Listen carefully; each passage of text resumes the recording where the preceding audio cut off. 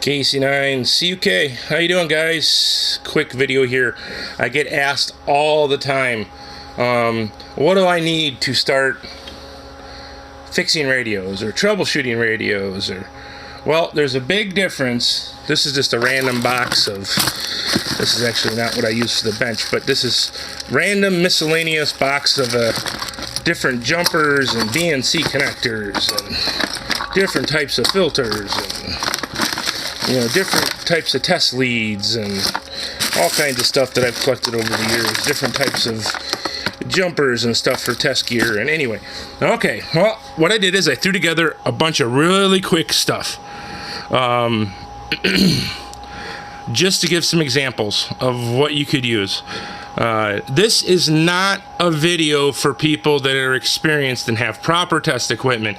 This is for the average Joe that might have a CB radio, might have a ham radio, might have a handheld, that wants to do some basic troubleshooting. A lot of people will stop me at Hamfest and go, hey, could you check this out, or could you do this? You have all the proper equipment. Listen, you don't need a $30,000 service monitor to do basic stuff. Troubleshooting is one thing. If you're going to repair stuff for people for money and charge them for money, you should have proper stuff or pretty decent stuff. You can have old stuff, you don't need the top of the line newest and greatest, but you should have proper stuff that's been calibrated. So this video is not for those people. This is for the DIYer that just wants to check out a radio they got or something along that line. So you don't need a whole lot. First of all, you should all buy a cat. Cats are essential. That's Twitch. That box he has decided is his new home. Anyway, so what do you need? All right, this is a customer's radio. This is a Cobra 25 GTL. I don't work on a lot of CB radios, but I do a lot of CB radio restorations. Most CB radios are not worth fixing. They're not expensive, but if you want to do it yourself, that's one thing. For commercial work, unless you're going to be selling snake oil and garbage, it's very hard to make money at it. Anyway, that's beside the point.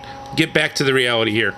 So let's say we bought this at a Hamfest, okay, and we want to put it in our Jeep or our truck or something, or someone gave it to me. How do you check it out? What do I need to do that? Well, obviously it has a microphone, okay, and really you don't need a ton of stuff to begin with.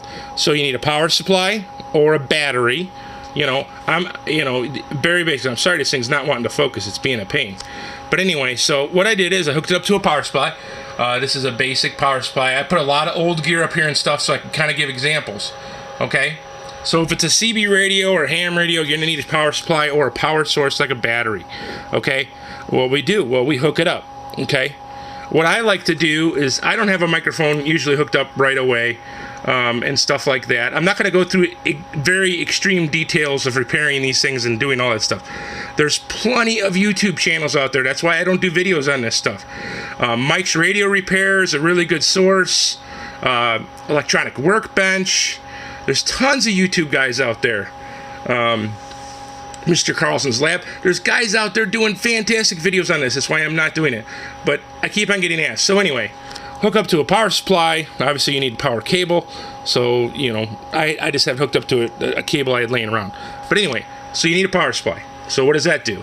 Well, that allows you to turn it on, see if it works at all. Does it work? Well, I don't know. I'm not hearing anything. But that doesn't mean anything, okay? So that tells you if it turns on. Okay, if it turns on, you can check some basic things. Okay, if you have another radio, even like an HT, here's a THF6A Kenwood, but it has receive all the way through the HF band, shortwave. So if you're looking to test, just to have another receiver that you can monitor a transmission. Speaking of that, another thing to get. You need, you could have a little power meter. This is a real cheap little Jetstream power meter. It was given to me in a box of stuff with other stuff. And there's a dummy load. Always do all your testing over the air on a dummy load. Don't be doing it over the air. Don't be causing harmful interference. I don't care if it's on CB radio, ham radio. Don't do it. Buy a dummy load. They're cheap. All this stuff I'm going to show you, that I'm going to point out and can show you, you can get at Hamfest really cheap. So just don't do it. It's dumb. It's not necessary. and it just don't do it. Okay, so with a power supply, we've tested that you can power it on and off, so we know that the on and off switch works. We have CB. I haven't done anything with this radio, so I have no idea. Okay, so the dim switch works, so we know the dim switch works, and we know the channel selector works. Okay, so we know that already. So if we go to the RF gain, turn the squelch all the way off, volume all the way up, we're not hearing anything, but that doesn't necessarily mean anything. We don't have an antenna connected. Okay, we are getting some response. Some very dirty controls here. Alright, so power supply, we can check a couple things. Alright, now what we're going to do is, let's see here. Let's hook up really quickly. Let me set some of this stuff out of the way. This same applies. This is a little dual band Kenwood TMV7A. This stuff applies to all of that. Let me move that just for a second. Alright, so this applies to all that kind of stuff. I was just putting different equipment up to... This applies to everything. I don't care if you're working on old radios or whatever you're doing. So, what we can do here is we've tested it goes on and off with just a basic power supply. So, signal generator. Now, if you have another radio, you can run into a dummy load nearby. And of course, I knew the cat would come in here. If you have another radio, he's normally not allowed on the bench. But I don't want to smack him on camera. I'll have PETA at my door. Let me just take care of him here. Come here, Mr. Twitch. He wants to know why all this fun stuff's up here. Anyway, so we want to see if it receives, right? All right, so if the squelch open, you're not hearing anything. Okay, does that necessarily mean you have no receive? No, it doesn't. Sometimes it can be a bad mic connector. So having spare microphones, and speaking of microphones, this is a real I don't even use this, but I use something similar to this with different adapters. This is primarily, you can get these at Hamfest for like nothing. I think new, they're not expensive. But this is a basic microphone tester. Got a little speaker. They're really cheap. Half the time you have to they don't last very long. You have to fix them. But you can, even if you buy one of these, when I first got started, I had one of these. It wasn't this one, but something else similar to it. I'm sorry it's not focusing. And what I did was I made adapters from like a 4-pin Cobra to a Kenwood to an ICOM to a Yaesu, so I could test all the ham radio mics and CB mics, everything I came across. I just made little adapters, so you can do that, and that will enable you to be able to test different microphones. So that's always a good option. Is that so? Anyway. So we test the microphone, verify the microphone's good. We plug it in. It's still not getting any sound. Okay. Well, a lot of times these things are horribly out of alignment, or the built-in speaker is bad, or it's not hooked up because it's been modified in some way. So having a little speaker, and this is just from our surround sound system. You could buy these at Hamfest for nothing also. And for some reason this thing is not wanting to focus today. There isn't a lot of light in here. That's probably it. I don't know. It's being weird. Let me see if I can clean it off real quick. Maybe it's that. I don't know. Anyway, you need a little speaker. You can even get an external speaker, a real cheap one, with mono adapter, and you can have a mono adapter to a 1/4 inch, and so you can plug into different things. You can also, it's always a good idea to have a mono jack, a female jack. You can just plug this into it. It has a couple wire leads coming out, and you can have a couple wired leads coming out. I remember building one that had, some alligator clips on it, so I could clip that right into circuits to hear if I had audio coming out of an external speaker or an internal speaker line. Just because the external speaker works, I've had them where the external speaker works great and the internal speaker doesn't work, and you're like, oh, bad speaker. You test the speaker, the speaker's good. So this is good secondary for checking that kind of stuff. So all these are a couple dollar items here and there. So now we've checked the internal speaker, we've verified it comes on. Okay, you want to check receive. So let's go to channel 19 here. Oh, we got a signal. And that is a 1 kilohertz tone. And where's that coming from? It's coming from a signal generator. Now, you don't need a signal generator, okay, to check it. You can use another radio.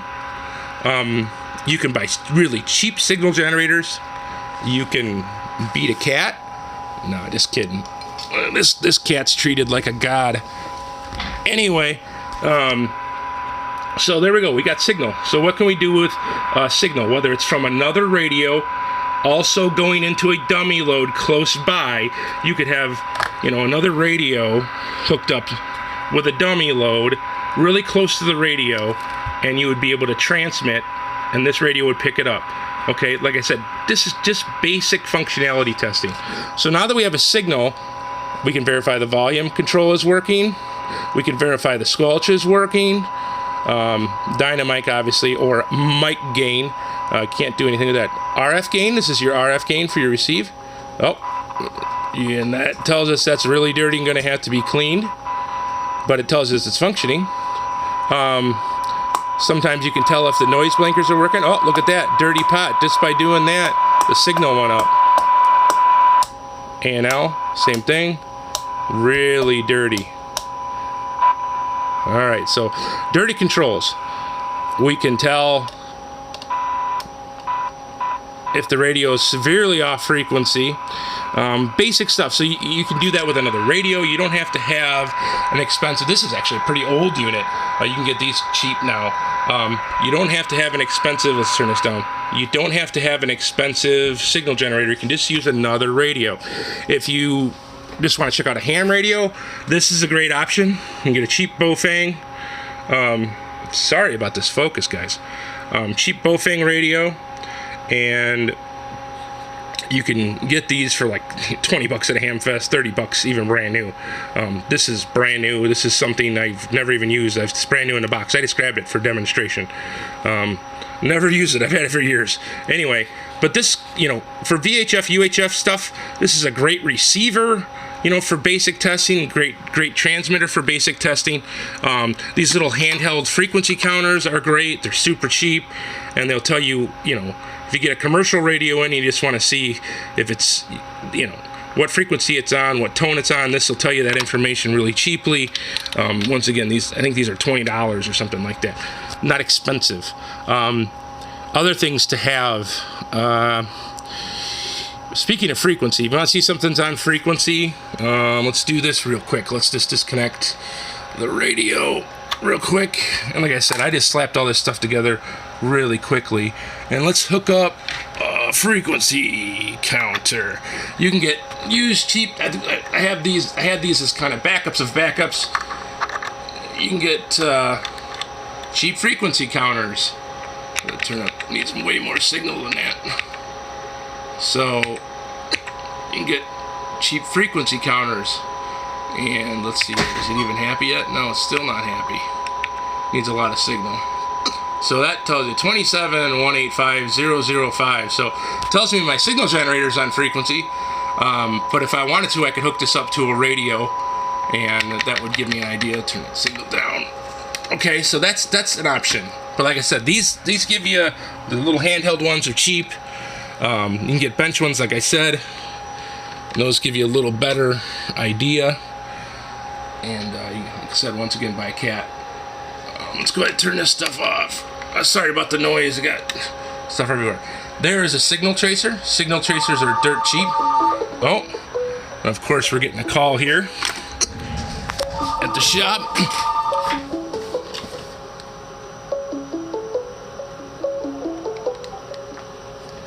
Sorry about that. But anyway, so we covered, see if something's on frequency or if it's close. Like I said, not for repair work for customers. This is for testing your own stuff. So basically little handheld frequency counters. Those are good to have to see if a radio's on frequency. External speakers, we talked about that. Like I said, sorry, trying to do this really quickly. Multimeters. You don't need really expensive multimeters. Some of these are expensive. If someone is looking for an LCR, by the way, this DE 5000 LCR meter is a heck of a value for what it is.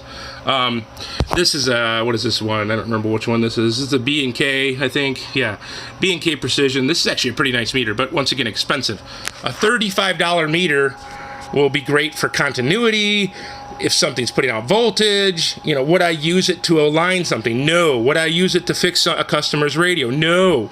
But basic stuff for basic testing. We talked about a power meter, so hey, let's hook. So we got that here. Why don't we hook that up real quick?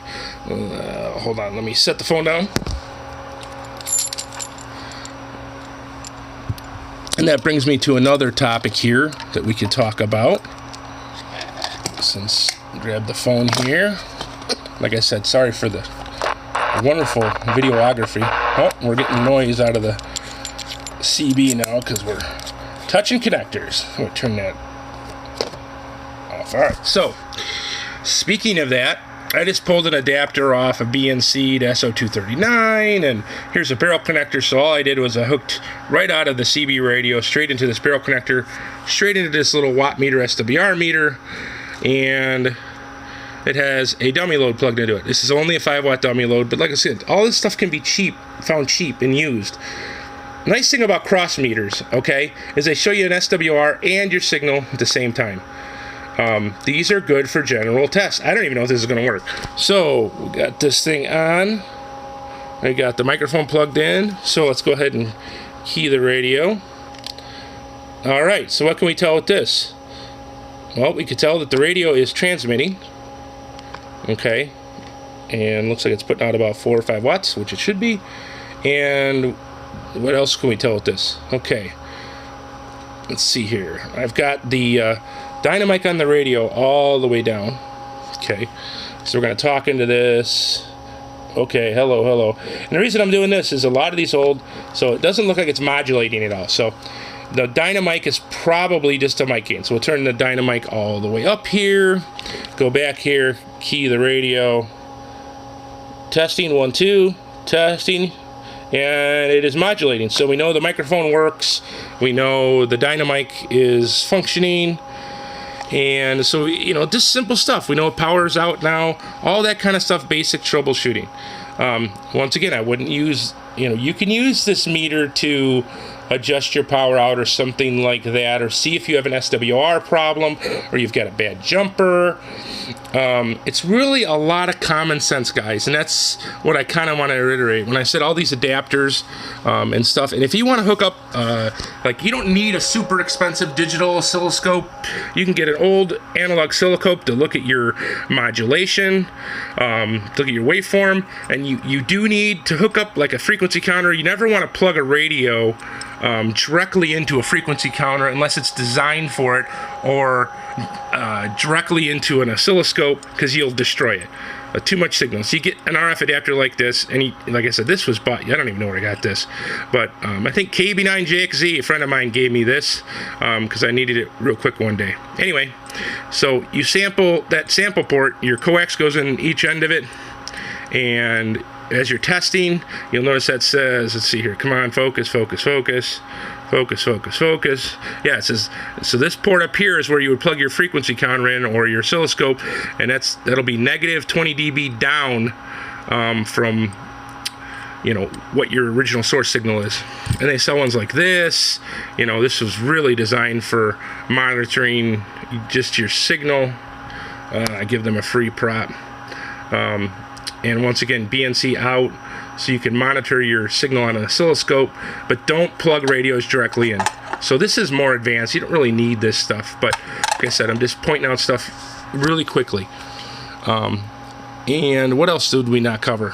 Okay, so basic power meter, basic voltmeter, basic another radio for a signal generator. If you don't have a signal generator, you can make little handheld 1 kilohertz tone generators, so you can get the tone in the radio. I hope that helps people that were asking a question. I know I covered a ton of stuff. Soldering irons. Okay, you don't need fancy desoldering tools and fancy hot tweezers and all kinds of different digital soldering stations to do basic stuff to wire a microphone, but you do need a properly rated soldering gun. Don't use 150 watt, one of those big guns, to try to solder a microphone. Don't use, you know, application. So you don't need a super expensive, you know, but you can get the little variable Tech sells one. You know, just a little variable pencil. You know, they come with a basic pencil and a little variable station so you can adjust your wattage, and those are fine. I think they're like $30, and that way you could do everything from, you know, a bike connector to stuff in circuit for through hole repair, or if you wanted to solder in a capacitor or electrolytic that was bad or something. So those are good. Like I said before, adapters. I have adapters everywhere. They're great to have, you know, specific to what you're working on. All different kinds of adapters. I couldn't even tell you all the ones I got.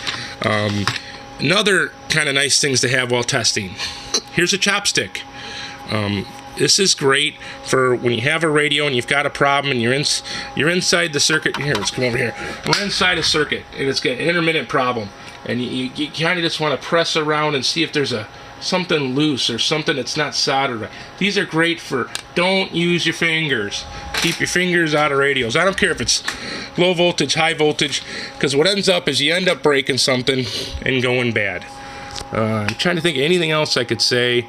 If you are going to do adjustments, buy the proper tools. These once again, these are miscellaneous drawers, so I got all kinds of crazy stuff in these, but I think there's some old ones in here. Here is a drawer. There is a bunch of alignment tools at the bottom here. Get a set of cheap alignment tools. Don't go poking your fingers in there with a screwdriver. And I remember back in the day when I didn't have something that was non-conductive, I would take plastic toothpicks and I would cut them up with an X-Acto knife and shave them down so they would fit inside the little trimmers just perfect. You can do all kinds of stuff. I've seen guys modified like ballpoint pens. They take the pen element out and they just shave down so it'll fit in there so they can use a non-conductive. But the alignment tools are so cheap. You can get a cheap set of alignment tools for like nothing. Hamfests are a great place to see that kind of stuff. Oh, the video is already too long, but I hope that helped. I hope that's what people were looking for. So what do you need? Well, you need a power meter and a dummy load, a jumper, basic microphone testing you can do with your multimeter and the pins. If you know the pin out, you can use a multimeter to check, and if you push a talk is working, all that kind of stuff, so you can do that. A real great thing to do is to make you know, an adapter, like a 4-pin adapter with a BNC on it, so you can inject signal, and then you can have an adapter for those adapters, so you can adapt it to the RJ45 connectors on ham radios. You can adapt it to 5-pin radios, 6-pin radios, DIN radios, you know, all kinds of different connectors. So that's a nice little tool you can make. But I hope that gives you an idea of some basic function testing for seeing if a radio you're buying actually works at all, or you just want to start tinkering yourself. I'm not going to do any training videos on this. Like I said, I work on all kinds of stuff. I work on everything from ham radio, stuff like that. Oh, one other thing I did want to cover. People say, well, SWR meter. Yeah, a basic SWR meter is good for testing a bunch of stuff. So you don't have to have crazy stuff. If you have a transmitter, okay, or you know, an RF signal generator or something you can use as a transmit source, things you can do, okay, is you can have make sure I'm going to turn this off. I'm going to make sure I'm going to plug this so we don't have to listen to this. That's actually the signal generator. So unplug that. I'm going to turn off the power supply. So what we got here is a jumper, okay? So we just talked about that. And we've got just a barrel connector on it. So this with a simple barrel connector. So go ahead and take that off. And let me set the phone down just for 1 second, because I'm filming this all with my phone for ease, because I don't want to hold the camera, and that's probably why the focus stinks. But anyway, so we got this little handheld 5-watt dummy load, and I think these are like $10 brand new, and you can get them, like I said, used all over the place for even cheaper. Okay, I don't even know what this is, an MFJ. No, this is an OPEC. I have these all over the place. So this is just this says 60 watt dummy load. Huh. I always kind of consider these 5-watt dummy loads myself. But maybe 60 watts for a very, very short period of time. All right, so you have a dummy load like this. What can you do with this? the best thing you can do with this is not broadcast over the air somebody going audio or testing, or I love seeing those YouTube videos of these. And it's not just CB 11 meter guys, this is ham radio guys too, over the air testing. Look at this, audio. You sound like an idiot, you're causing interference, cut it out. Buy yourself a dummy load. I think this thing's $10 or something like that. What I need to take my own advice and buy myself a better camera. Anyway, so what do you do with this? Well, you can screw it into the end of a barrel connector. On the end of, like I said, I even keep one of these with a barrel connector on it with my signal analyzer, my antenna analyzer. So you go ahead and screw that in there. Okay, and what's this good for? Well, this is good for hooking up to a radio.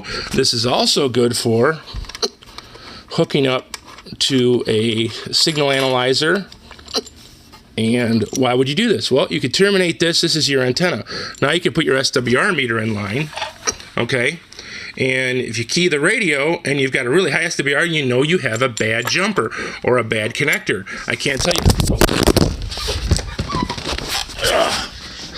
I'm going to keep that in the video. I do my videos live. That'll be good evidence. I don't edit my videos. It's too much time. So you have this hooked up. You got a high SWR. Or you have this hooked up and you don't have a high SWR. And you're like, oh, the jumper's good. No, you don't know that. So you have to take the jumper in your hands and wiggle it all around, flex it on both ends, and all of a sudden you see your SWR jump up. Well, you've got a connector that's gone bad, or you got a short somewhere.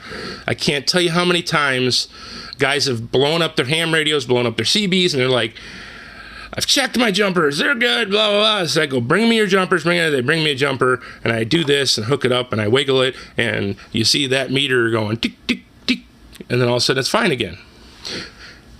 Good way to check jumpers is with a dummy load. So you can use a basic SWR meter. You can use something like this. This is an MFJ. I think this is the 269 Pro. So this will cover all kinds of stuff. Ham radio, all the, from 160 meters all the way up to, 70 centimeters, 440. And this is a great tool. It's battery operated, so you can either have it hooked up to a power supply, or you can hook it up. And this tool does all kinds of stuff. So you can, these are expensive though. These are like $300, just under $300, 200 something dollars. You don't need that. But if you're gonna set up mobile antennas and stuff like that, that's fine. And very useful tool because it has a frequency counter in it too. That's also great for checking for cable faults and all kinds of stuff. But you don't need something like that. That I would not consider this a professional tool. For like a CB truck stop that's just tuning antennas in the outside, fine. I would consider that a professional tool for that. But if you're building antennas for a living or you're doing commercial work, you can get a nice analyzer for that. But for CB radio, ham radio, it's a perfect tool for I would say the advanced hobbyist that wants to build their own stuff and be able to test different coil networks and inductors and things like that. That's a great tool. But you can get away with something like this, $5 meter. To prove a point, you guys have all seen like the little Radio Shack CB power meters, okay? They were real popular in the 70s, but they were, you can get those they're literally in grab bins at the Ham Fest for $1. Anything in the bin, $1. And that's great for a couple things. You can use it for basic power output to see if it's actually transmitting anything. Wouldn't use it for alignments, but for basic power output, or to see if you have any SWR. They also, a lot of them have a field strength function, and that's great to have on your repair bench or in your shack, because it'll tell you if there's stray RF coming out of bad jumpers, cruddy meters.